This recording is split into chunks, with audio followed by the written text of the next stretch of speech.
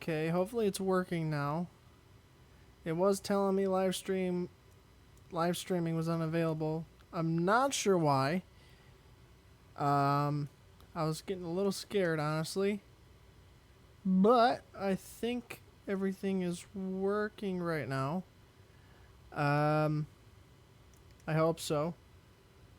Trying to trying to watch back and see if it is. If everything's working good. But I do not know. Let's see here. See if I go to this. Are you guys seeing me right now, or am I live? Are you guys seeing me, or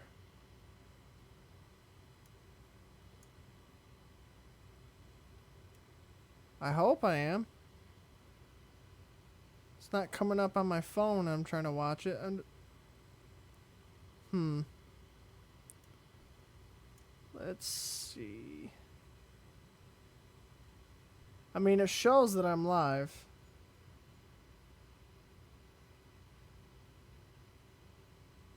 Let me just see something here.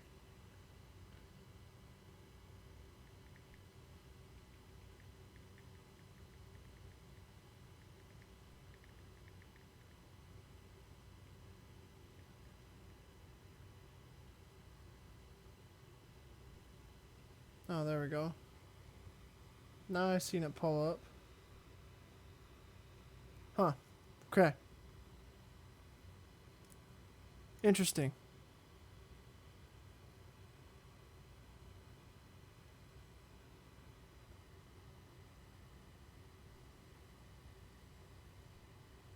Did my... Huh. I don't know. This is being very weird and wonky, you guys. I'm not sure what's going on exactly. It's telling me that I'm live. So I'm hoping that I am live. I'm guessing that I am. I hope so. Uh, but I'm gonna jump into Cubase here and hope that you guys can hear and see me and stuff. I'm watching back on my phone to make sure everything's good. But that's got a bit of a lag, so I gotta wait probably 30 seconds or so. And then I can see everything. But, okay, so that's looking like it's good. Like it's coming up and everything. We'll just have to see how it plays out, I guess. But,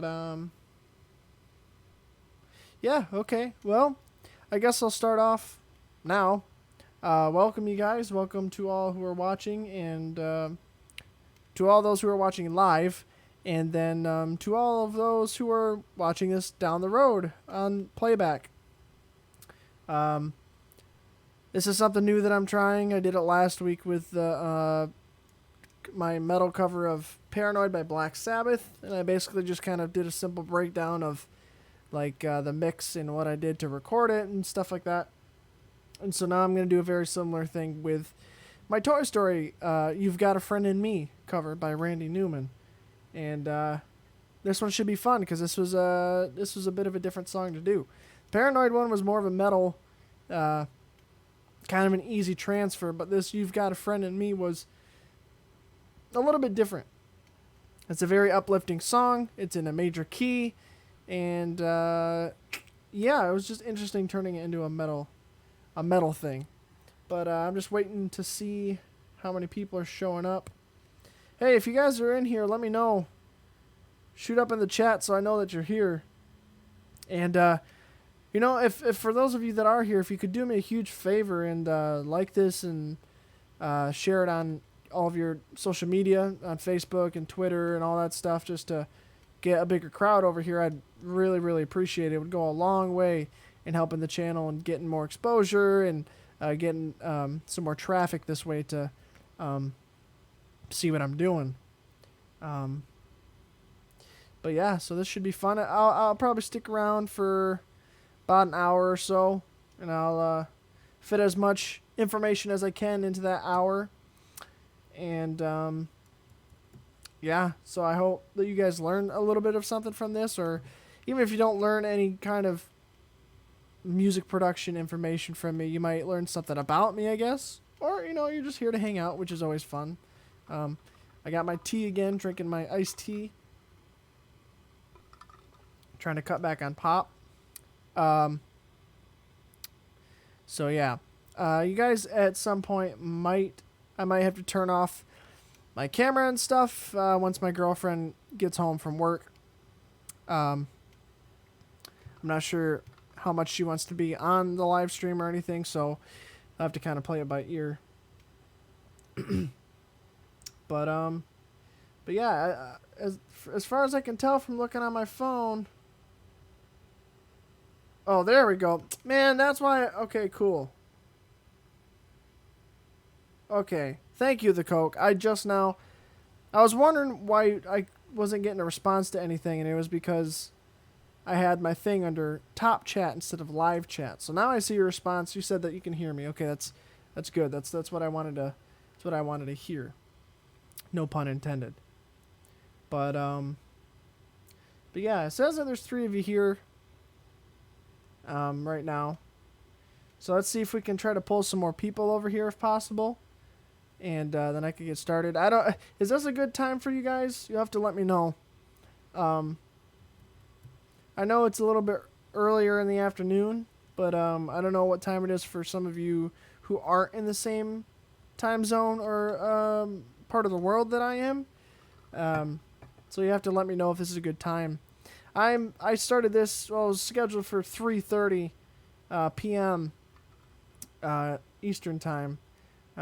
So I'm not sure what that is for everyone else, but you have to let me know if this is a good time to stream. If I should do it later. I can't really do it much earlier. This is probably the earliest that I could do it, just because of when I get out of work. But yeah, if you guys want me to do it later or something like that, you just have to let me know. Because it's definitely something new.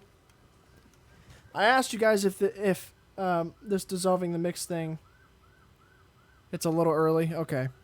Yeah, I'll have to kind of finesse with what time I want to start doing the live stream stuff. I basically did this one early just so I can knock it out right after work. I literally got home, showered, and set up and started going with this. That way I can get out of the way, so I have time to do other stuff. But if I got to do it later so that more of you can tune in and watch, then obviously that's something I got to tailor to a little bit. And lo and behold, speak of the devil. Hold on just 2 seconds, and I'll be right back.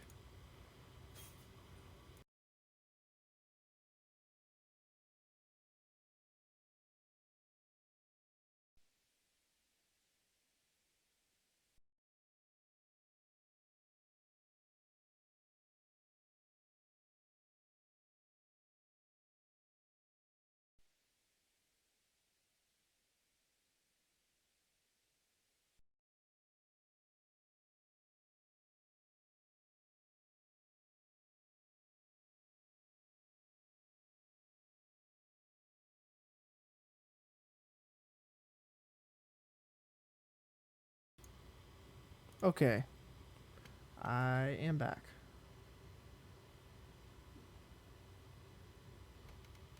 So let's close out OBS there. And I guess I'll just kind of get started in kind of like what I did last time. I just kind of break down like the different tracks and stuff of what I have going on here. Now I can't remember with the Paranoid one if I had the tracks colored or not. Because normally I try to color them to separate everything. Because this just looks like a mess. And I think it's because I had to rush this one kind of at the end. But normally I try to have like the guitar tracks one color, the leads a different color, the vocals one color, drums another. They'll all have like their own colors. That way it keeps things a little bit more organized and separated. But I can't remember if I did that with the last one. Normally I do it. I think this one just, it's because it was rushed. But But yeah. So like last time, I always end up starting with, you see the MT Power Drum Kit 01. That's like the MIDI drums that I use, just to get everything going. Um, it's not like Superior Drummer or Easy Drummer or anything like that, because those are like $200 or something like that. This is something free that I got a long time ago. It's just a simple thing, and then I can export the MIDI file and EQ all the individual drums in another project. That's what I end up doing. I basically export the MIDI as an entire MIDI file into another project, and I dissolve the parts down to individual drums, and then I EQ and put compression on stuff that's needed and all that. Because, I mean, the stuff does sound okay, but it's not, it's not real. It's not the greatest. It's not meant for metal or anything. So I add a little more to the kick and the snare and stuff and the toms to give it more of an oomph. But, yeah, so if you guys are looking for something free in your DAW, this one's definitely good. I can't remember where I got it from, but you can see it's called MT Power Drum Kit 2. And, you got a mixer for it, so you can change your levels and everything for the individual drums and pan them and put a compressor on them and the level of compressor. You can route them out to different buses and stuff like that. And, yeah, so you got that control on it. You also have grooves. You have a list of grooves and stuff in here that you can go to. See, it's got like 4/4 grooves from 60 to 150 BPM. And so you have like a closed hi-hat groove 1, and it's got some simple stuff for you, and it's got fills over here as well. So that's always kind of easy and helps out quite a lot. That way you don't have to write out every single little drum beat, but it kind of helps you to get a general idea. I usually will do that. I'll find something that fits close to what I need it to be, and then I'll go back and add whatever I need to add at the end. But yeah, so I always start off with that, and that kind of sets the basis for the entire song. So I'll route that out. I'll kind of play through what I'm going to do and get the drum track going and lay that down as like my first foundation, because then I know where the song starts and where the different parts are, and then where the song ends and where it changes, and it just helps make the whole process a little more smooth. And obviously you guys can see right here, like the last time, I've got drums right here, this main drum track, which is I believe it's a WAV file. After I export the drums and dissolve the parts and EQ them, I export it as an audio file instead of a MIDI. So if I just play through this, it's just the drum track.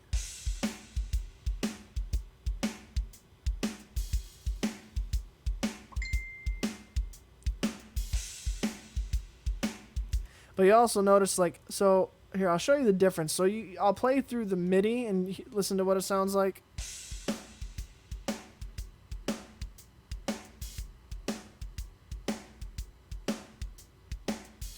Which can sound good, I guess, but this is what it sounds like after I EQ it and everything.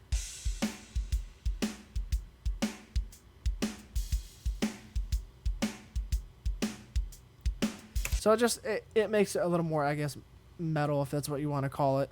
But that's one thing you guys will notice already, is that the drums for this are swung. It's not straight eights. It's definitely a swung feel and swung rhythm throughout the whole song. So I didn't want to change that. It kind of is swung the whole original song, and I didn't really want to change that. Because you can mix a swing beat and metal. They do kind of work together if you do it right. So I kept that there just to keep that, that essence of, that ragtime bluesy kind of song that it actually is. But then, so coming down below that, you see I've got a tuba track, and that's a MIDI track. So basically, I wanted to keep it somewhat, happy and giddy and upbeat and whatever. So basically what I did is I took my bass I took my bass track and I doubled it for the tuba, and it just adds a little extra layer, I guess. Even though I don't think a tuba can play that high, it might be able to, but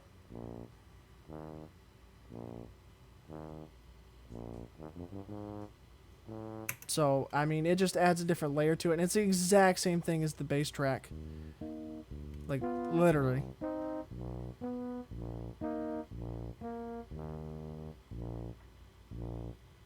It just adds a different layer and it helps keep it kind of upbeat, I guess. I thought it was kind of an interesting thing to add. And yeah. And then that, like I said, that just adds a different layer and it keeps it upbeat and everything. And then on top of that, I also have a piano because the original with Randy Newman is, piano based, and you have to have that in there kind of low in the mix, somewhere hidden under there. And so I got that in there.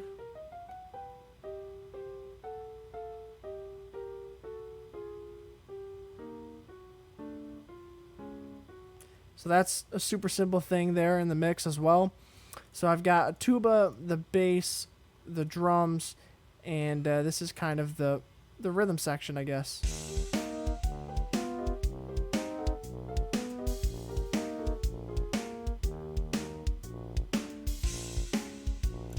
So that's kind of the rhythm section behind everything. And, that's what pushes everything through. And then comes the juicy stuff. So you'll see here I have guitar 1, 2, 3, 4. And I'll talk about the other stuff here in a second. So just like last time, I quad track my songs. So I have 2 left guitar channels and 2 right. And so as you can see, guitar 1, I have hard pan to the left. Guitar 2 is hard pan to the right. Guitar 3 is panned about 72% to the left. And guitar 4 is panned about 72% to the right. So basically what that does is it broadens out that like stereo sound. And it just kind of helps to make the mix sound bigger and more it makes it sound wider and more full, and that's I don't want to pan it super in. It's just enough to where it adds a little more wall to the guitar sound, and I usually do that. I don't know if I explained that on the Paranoid cover, but it's normally what I do, and that obviously gets you a pretty decent sound, and No, wrong buttons. If I solo the guitars,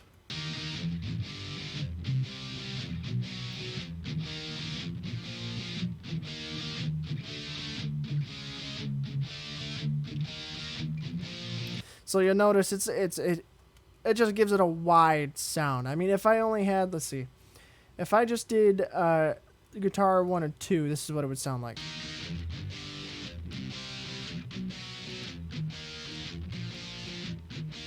Which is fine, but now listen to it when I add in the other 2 guitars.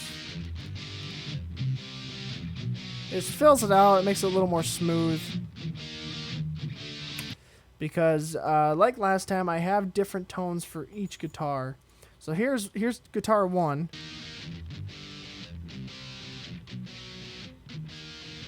Then guitar 2.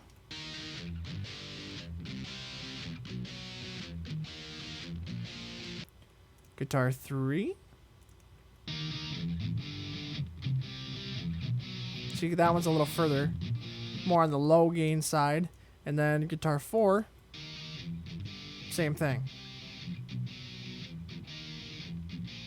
So if I take a look here, so if I go to guitar 1, okay, so guitar 1 and guitar 2 are direct signals coming from my amplifier through the emulated out in the back. So there's no cabinet simulator from Cubase on here, but it's using my amplifier's signature sound and the cabinet simulator that's basically built into that amp.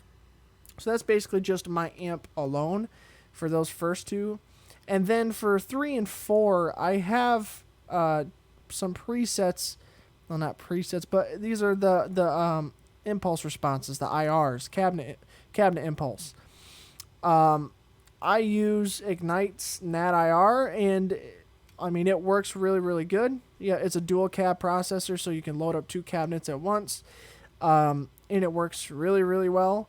I used to use a Powlin LeCab, but these STL Tones Ignite amps, they are really, really good at what they do, and they also make the Emissary amp simulator, which is really, really good. So if you guys ever want to check out a nice amp simulator, no, that's not it. Let's see if I go to, maybe I don't have it anymore. Huh? It must have. Oh wait, maybe it's under distortion. Amp simulator. Oh no, that's weird. Where the hell is that at? Anvil hybrid. I have a couple amp simulators in here, but I have the Emissary somewhere. Oh, it's right here, the Emissary. Yeah. So this is their amp simulator.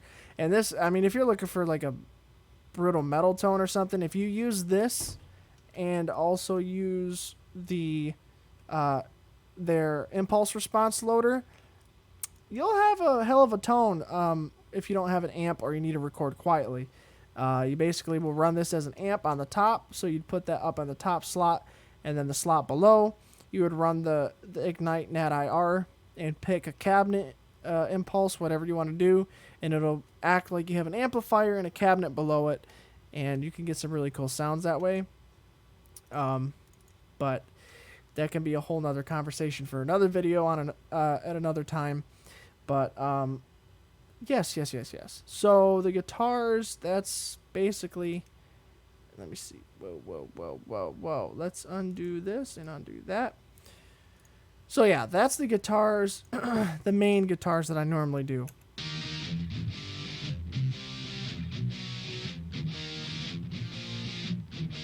So, you know, that's that. That's pretty simple. But you'll also notice that I have a few more guitars in here. So I have this low guitar, which is basically another guitar track that I have in the center, low in the mix. You can see it's at negative 10.3 dB. But basically what I did was I took another guitar take and dropped it an octave.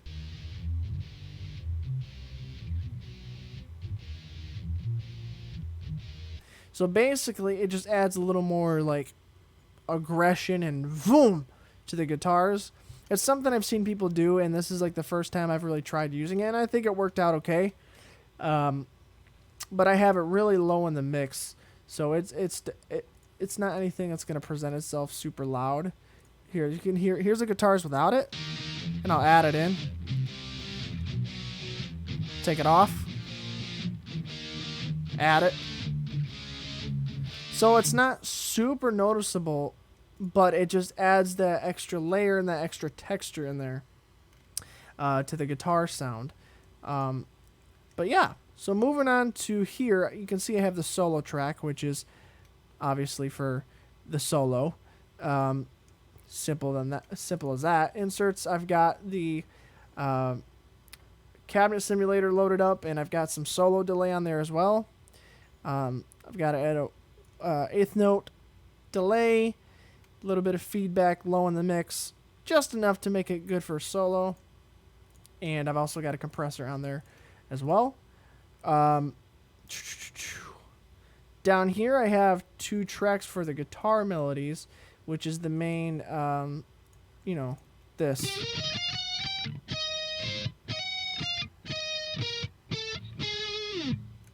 So I just had that as separate tracks. I don't know why. I just felt like I needed to do it like that.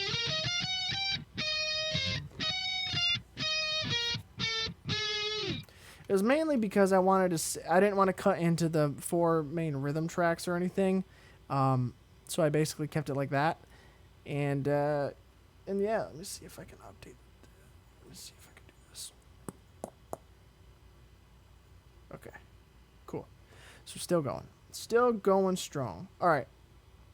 But yeah, that's just simple as that. That's all it is. It's the three different times that comes in, and that's it. It's just to add that little extra melody in there.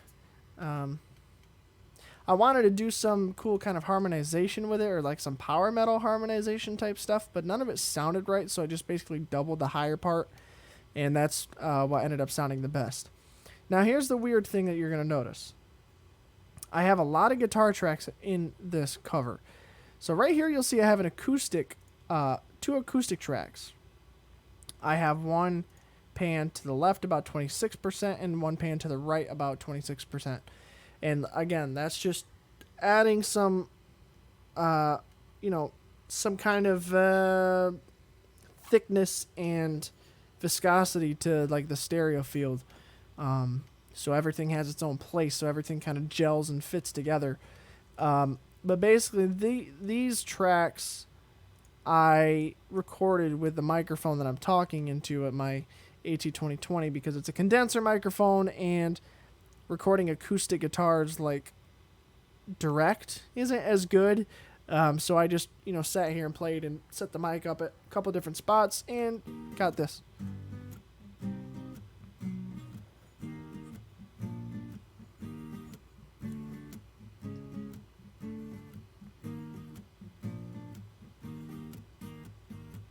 And so it's not super high in the mix or anything. I have let's see, are they both at -9? No, I have one up louder than the other for some reason. Huh. I'm not sure why that is. Maybe one was...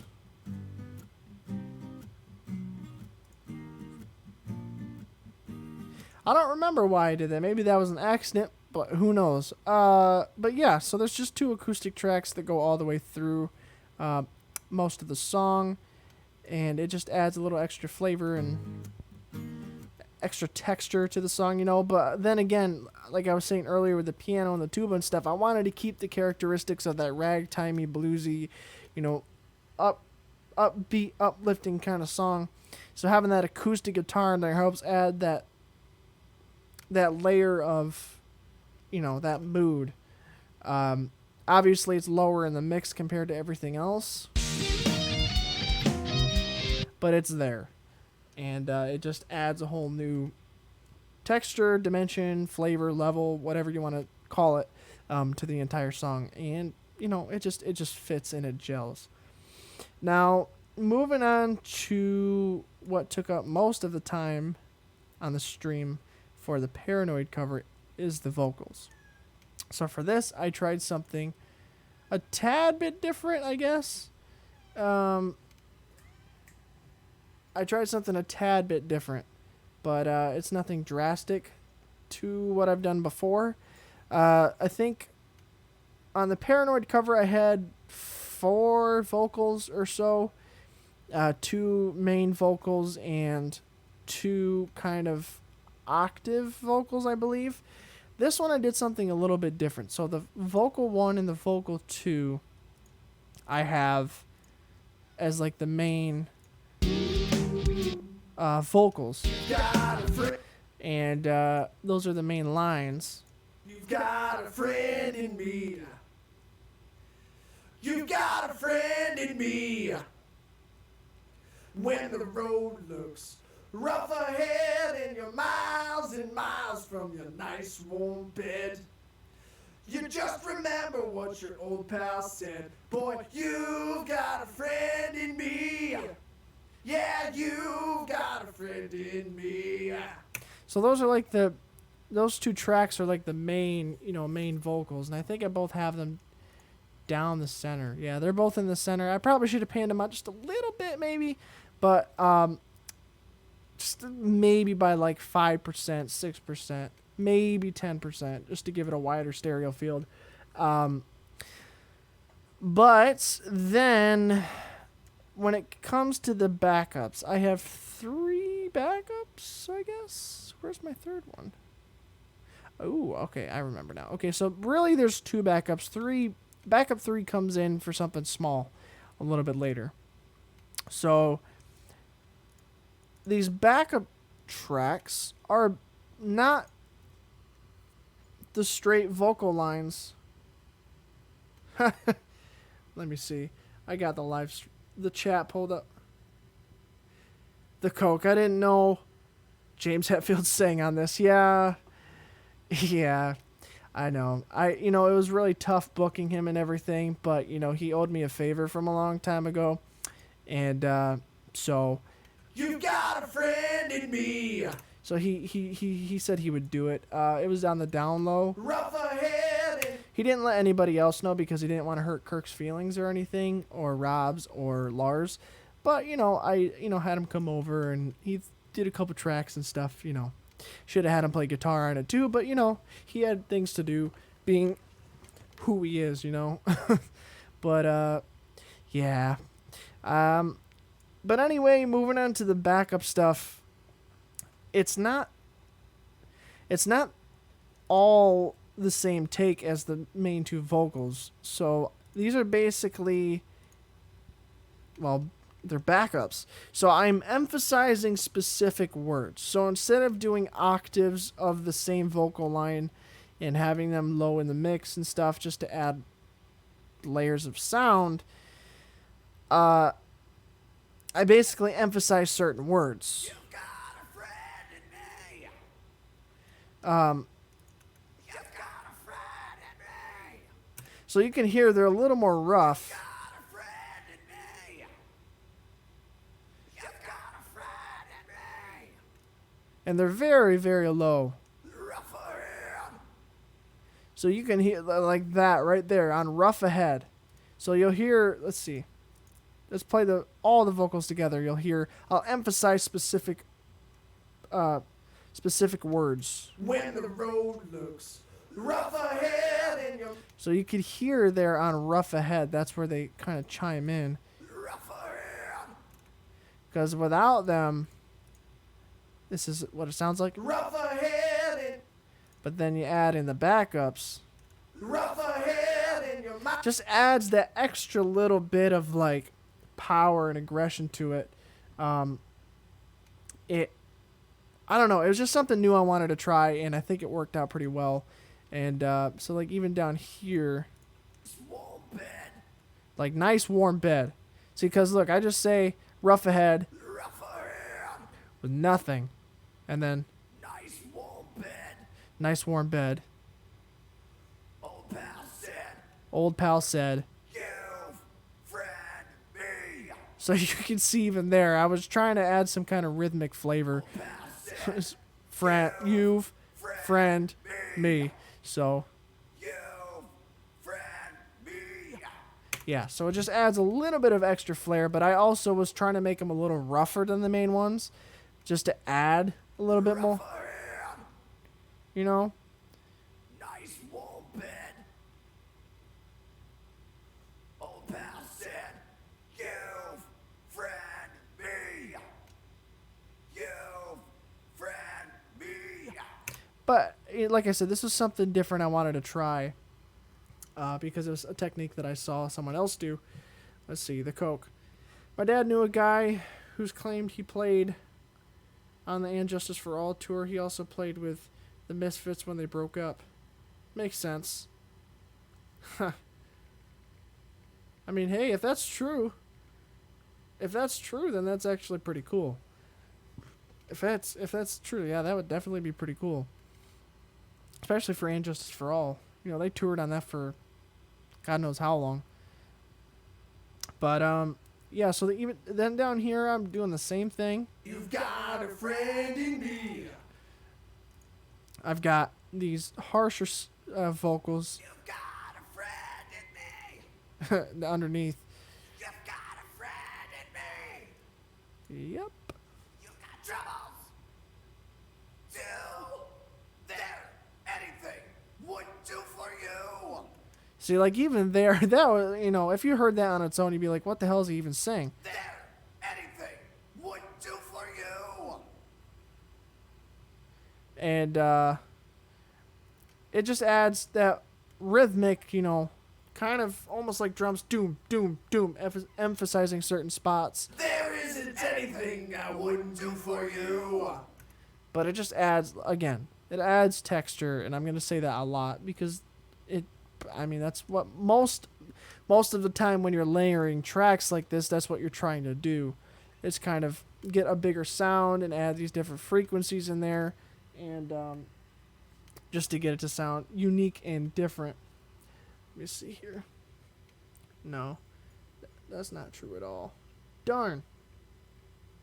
Hey, but that would have been cool if it was. You know, can dream. You've got a friend in me. Yeah, you got a friend in me. Some of the folks might be a little bit smarter than I am. Okay, so I want to break down this little bridge part here. Just play through it as it normally is for a second. Some of the folks might be a little bit smarter than I am. Bigger and stronger too.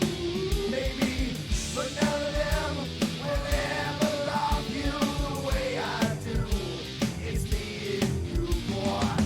And as the years go... I did it again, didn't I? I gotta mute the MIDI track.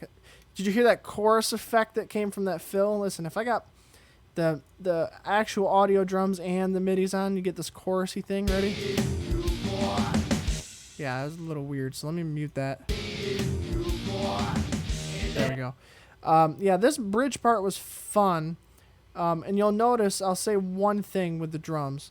You'll notice the drum change, and this is how you get these fake MIDI drums to sound more realistic and stuff. Instead of just having the same beat throughout the whole thing, you got to add fills and stuff like that. But you also got to think like a drummer and add like pattern changes in there for different parts of a song.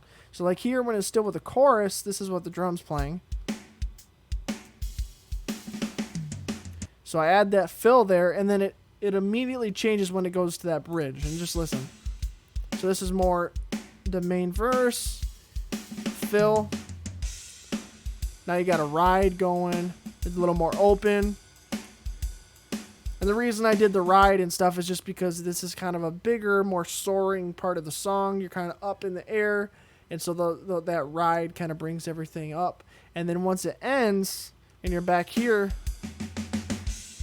you're back to the hi-hat, more close and tight pattern for the main, verse section of the song. And yeah, that's just a side note with that if you're having trouble with the MIDI drums. But yeah, so I want to break down this little bridge here wherever it starts. Now I forget. Where's it at? Nope. Is it right here? Yeah, it's right there. Okay. So for the vocals on this, I did do something different than what I was doing with the verse. So if I solo the vocals out here, you'll hear what I'm talking about. Some of the folks might be a little bit smarter than I am. Bigger and stronger too. Maybe. Okay, so like here, the main vocals, the main two double the vocals. Some of the folks might be a little bit smarter than I am. Bigger and stronger too. Same main thing.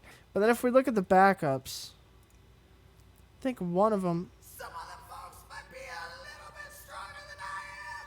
Bigger and stronger too. So it's that harsher, like, spittier sound, but I also have it up like an octave. And, but none of them will ever love you the way I do. It's me and you, boy. And it for sections like this, like a chorus or like a bridge kind of thing, having that higher octave and that higher melody, just like I was talking about with the ride on the drum track, it just kind of brings things up in the air more, and it just, I don't know, it makes it soar a bit. Some of the folks might be a little bit smarter than I am, bigger and stronger too. But then for this, I was saying everything in the bridge. I wasn't picking choice words, just because with you emphasizing those choice words in the verses, it keeps that rhythmic, and power going. When it gets to the little bridge here, it's almost like going into a chorus where everything cranks up and everything kind of turns up and you can hear everything. It makes it more of like an epic, more impactful section of the song. So I said everything for all four tracks. I had the two main ones and then the two rougher up an octave tracks. to give it a little more flavor. But then you'll see this section here, and this is where the backup 3 comes in. The only time backup 3 is really in here. And this is what it is. So, like, in the original song, they've got this, like, female choir in the back on some parts of the song that do this little, you know, little vocal lick. And they also have it somewhere else. I can't remember. Is it the beginning of the song?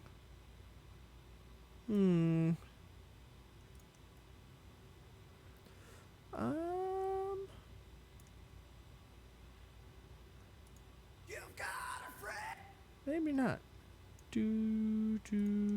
Oh, it's right here, I think. Yeah. So I got the backup going here. It's another little choiry. So that's the lower octave. The backups have the lower octave, and the main vocals have the higher octave for this. And it's supposed to replicate that choir kind of effect. But then once we get back over here in this little bridge part, there's also, if you listen to the original, they have this little vocal part in there. And so I was just adding it in there. And it just makes it sound, I don't know. I wanted to add it in there because it's in the original and it's kind of cool. I probably should have, like, faded those together or cross-faded them to sound better. But I didn't. But, you know, it still worked out. This is where you start to see me pointing out all the mistakes that I wish I could have changed. But, you know.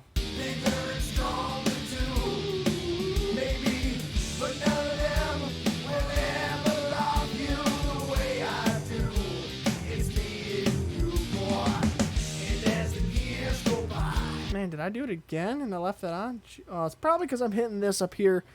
Turns off all the mutes and stuff. That's why those MIDI drums are coming back on. But yeah, so then I do the same thing through the rest.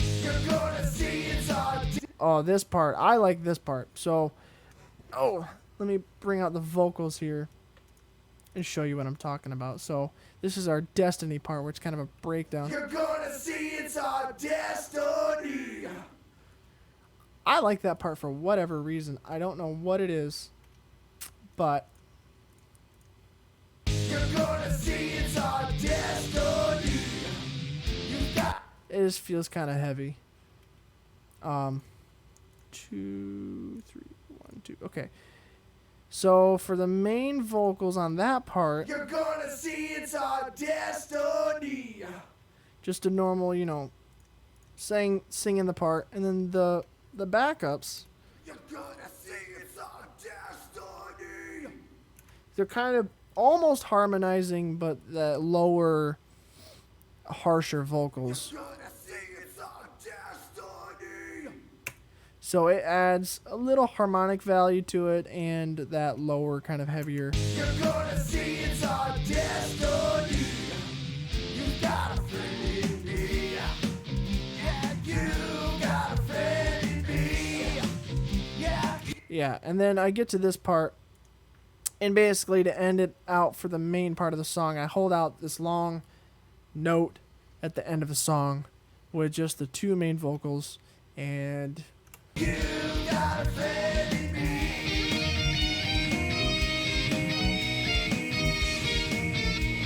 Yeah. And yeah, the Coke. I know what you're saying. Here's where the whole James Hetfield thing comes in again. But it's that stereotypical yeah from him. It just kind of fit. Let's see if we solo those out. Got a friend in me.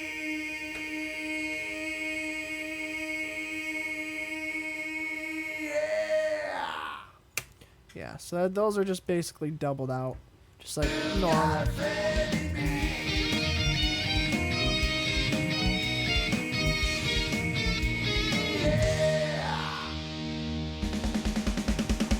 See, and then this is the part where I started to, like, struggle a bit, because I didn't know what I wanted to do at the end. I knew I didn't want to, I knew I didn't want to add my part in the middle of the song, so it was going at the end, but I didn't know what to do. I went through and tried to record 3 different riffs that I had for this, and it just, some of them just weren't working.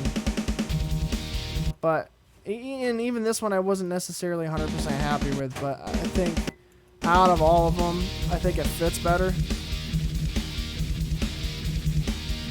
And basically all I was doing was I was playing like a, let's see, I think I was playing like a 9 chord that, yeah. Yeah, so I played a 9 chord, so it's a 1-5-2 with a higher octave, and basically just playing that for those 2 bars, and then dropping that ninth or second down a half step, because it gives it that, you know, dissonance. And that's the best I could come up with at that time. So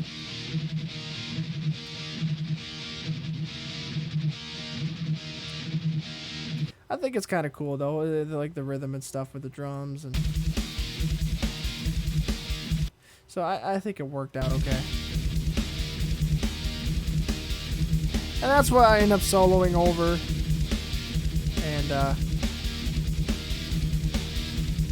okay, so before I look at the solo, the one thing I want to point out is that I wish I would have turned this up before I like added it to the video and everything, because I can tell in the video it's quiet. And I was kind of pissed off that I didn't turn it up. Like, I felt like such a stupid thing to forget. But, you know, if I ever get to, like, selling the covers and stuff when it ever comes to that, I can just turn it up now and do, like, a remix or remastering of it, just so that it's better for that. But for the video, yeah, no, that's what it is. I can't change that, but...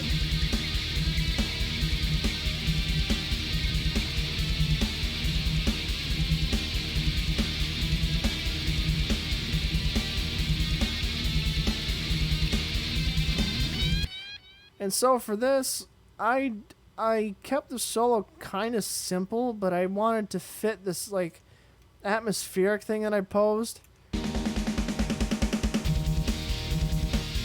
So and so the reason why I did this 9 chord thing is because with a 9 chord it's not really major and it's not really minor, because all you have is a 1, you have your root 5 and your second or ninth.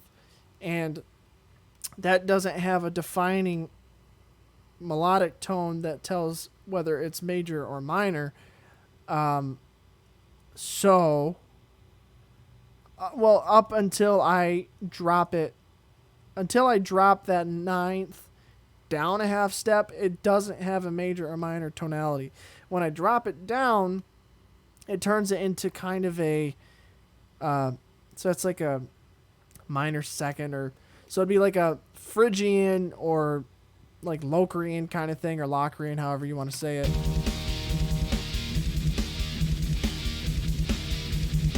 Yeah, because then you'd have your root 5, flat 9, or flat 2, and that would basically be, yeah, like a Phrygian or like Locrian kind of feel. So I guess I could have did something with that, but this kind of thing was kind of atmospheric, so I wanted to keep it that way. I wasn't trying to do some flashy solo with this one. I mean, I did that with Paranoid, and I've done that plenty of times before. So I wanted to keep it kind of simple and just kind of ring a bunch of stuff out and kind of fit the mood, and that's what I came up with. So I got this kind of octave thing that makes me think of kind of like Mastodon almost.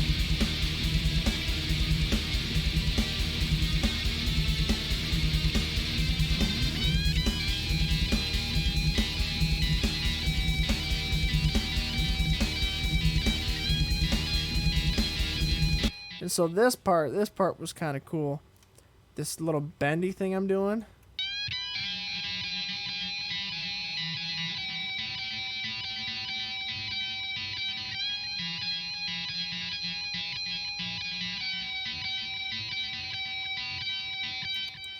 I thought that was kind of cool. And with the delay, it kind of has these weird harmonic levels that are going on.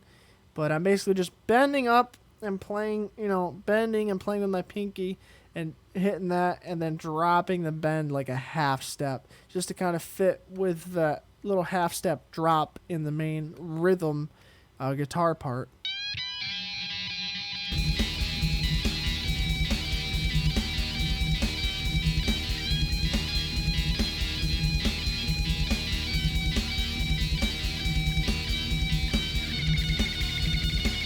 And then this part, I just have like a tremolo type of thing going on here, like a speed picking, not really speed picking, but I don't know. It just felt like it fit. It's this little melodic thing that I was doing, and it was just the best way that I could think of to end out the solo. And I think it fits well because I've got like a weird kind of faster rhythmic, mastodon type of thing. Then I've got this atmospheric, bendy, creepy kind of thing, and then I've got this little faster, speed picked, dark rhythm.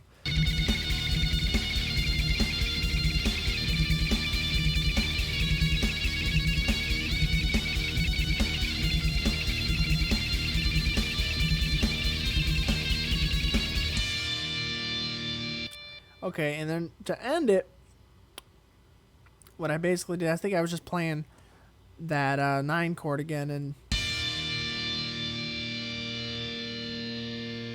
yeah, so I just end on that 9 chord and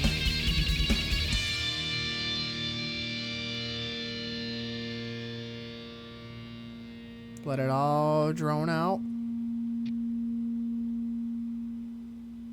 Keep going, keep going. Yeah, and that's it. And that's it. Yeah.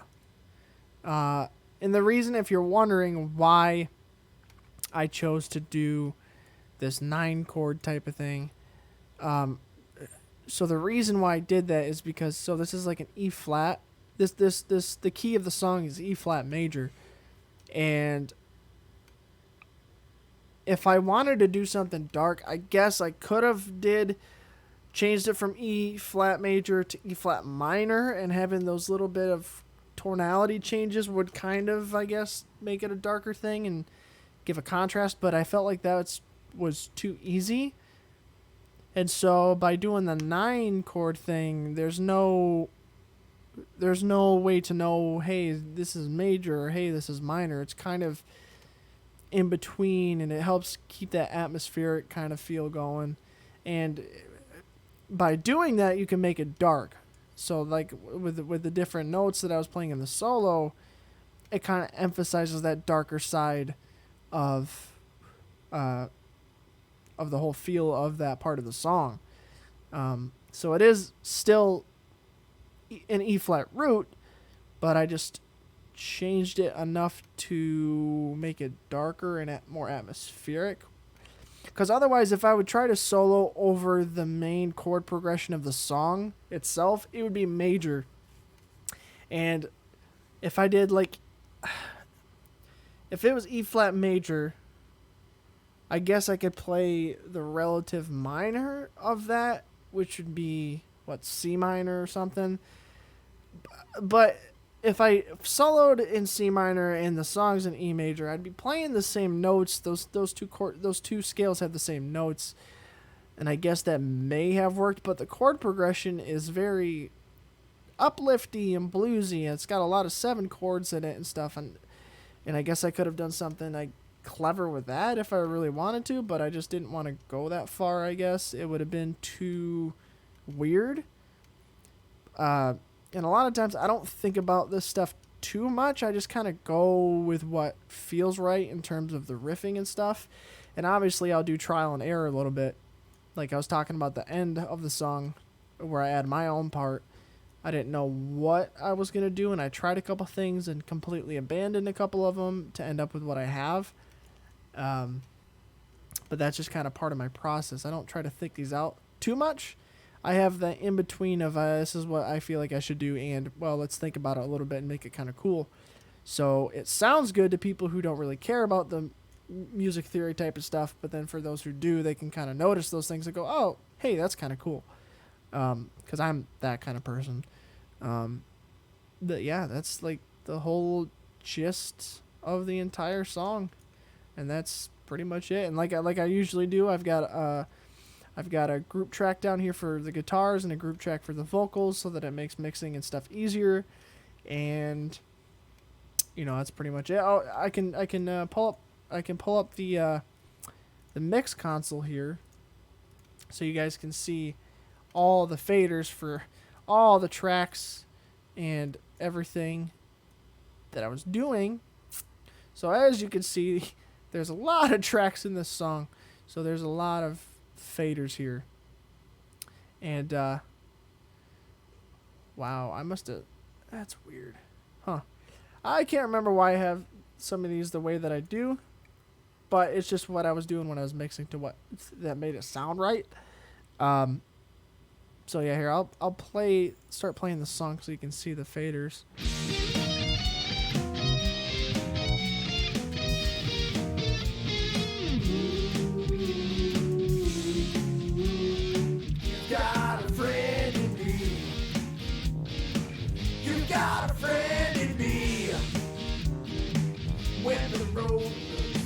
Rough ahead and you're miles and miles from the nice warm bed. You just remember what your old pal said. Boy, you got a friend in me. Yeah, you got a friend in me.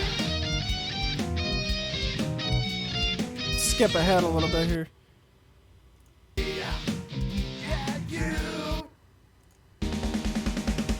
Oh, I skipped to the end of the song. Oops.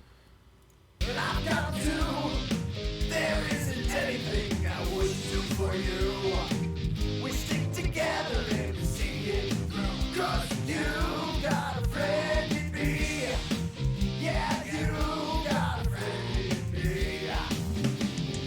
Some of the folks might be a little bit smarter than I am. Bigger and stronger too. Maybe, but none of them will ever love you the way I do. It's me and you, boy.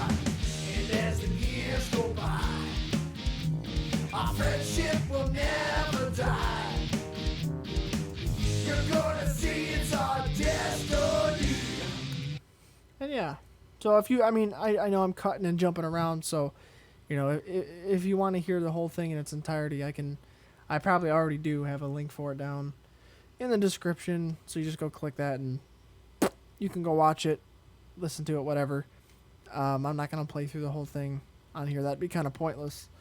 But so you can see how all the levels were and where I changed them and where I've got everything panned and some of the EQ stuff that I've got going on, and yeah, that's just kind of how the whole song gels together. And like I said before, I take all this after I'm done mixing and I export it to another project, and I do the mastering process and stuff, and finish out the song. And then it's done, and then I do the video and put it all together, and that's what you guys see. It's the end product. One thing I'll mention here is that most of the time I turn it up a little bit so you guys can hear it with the live stream and stuff.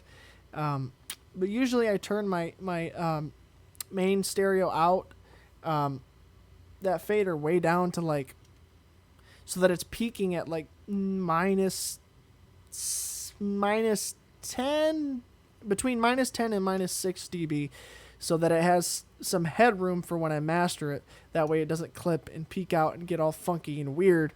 I gotta leave it some headroom so that it's impactful and has dynamics. Because if you don't, and then you master and you just max everything out to the highest volume that you can do, and it's just like, if you look at the waveform, it's just a flat line. That that's no good, because there's no dynamics or no flow, no nothing. It's just all the same level all the way through. So I try to avoid that as much as possible. So I turn the fader down in the mix, export it out. It's a lot quieter, but once you master, it brings up the levels, and you're good to go at that point. So yeah. But I think that's pretty much it. So like I said in the last one, if you guys have any questions about anything that I've talked about in this, anything I failed to mention, something I didn't go into enough detail about, anything like that, let me know or ask questions or whatever, so that I can know what you're curious about, and then I can kind of tackle those questions and all that stuff at a later time, either back on this mix or in a separate video or on the next one, or what have you. But trying to think if there's anything else that I failed to mention to you guys about what I got going on here, and I don't think that there is. I think everything I covered for the most part. Now, obviously, I could go into super detail about everything and make this stream a lot longer, but I told you guys I'd keep it about an hour or so. I can go a little longer, a little less, but I'm trying to keep it around an hour. Gives me just enough time to look over everything and explain it to you guys a bit and call it good. But yeah, so I think I covered everything. Like I said, if there's anything else you guys want me to cover or talk about or answer questions about, just let me know. I always get on top of that and either answer back or put it in another video or something for you guys, so you know I'll be on top of it if you got any questions. So I think I'm gonna cut off the whole stream here. So thanks to those who did join, and it was fun and interesting. I was glad to hear that you guys liked the last one and wanted to see more of these. So I'll definitely keep doing them. I still don't know what day I want to do them or what time. Some of you guys said this might be a little too early, so I'm not sure. I got to find that sweet spot. So you have to let me know. I know some of you said this is early, but let me know if like Wednesdays like I did today are good days to do this, because I figure I could do that Wednesday for the track that came out on Friday, the Friday before, and the Friday another track, Saturday podcast. Then next Wednesday it'd be the dissolving the mix for the track that came out this Friday. But if that doesn't work, if you guys have a different idea of where it should be, then definitely let me know. But yeah, so for those who didn't watch this, obviously if you're watching it now, I put it up. I usually put up all the live streams and stuff as separate videos, so that for those who didn't join it live can actually watch it back later and still gain the information out of the video. So yeah, cool. Thanks to those who joined, and for those who didn't, thanks for watching this at a later time. And yeah, so I'm gonna cut off the stream. You guys can see all my stuff in OBS here. It's a little bit trippy. It's an infinite loop of my face and screen. But yeah, I think I covered everything, and I've rambled on at the end here enough, so I'm gonna end it now. So thank you guys for all that joined, all who are watching this at a later time. And like I always say, thank you guys so much for liking, commenting, and subscribing, and tuning in live. And I will see you in the next video.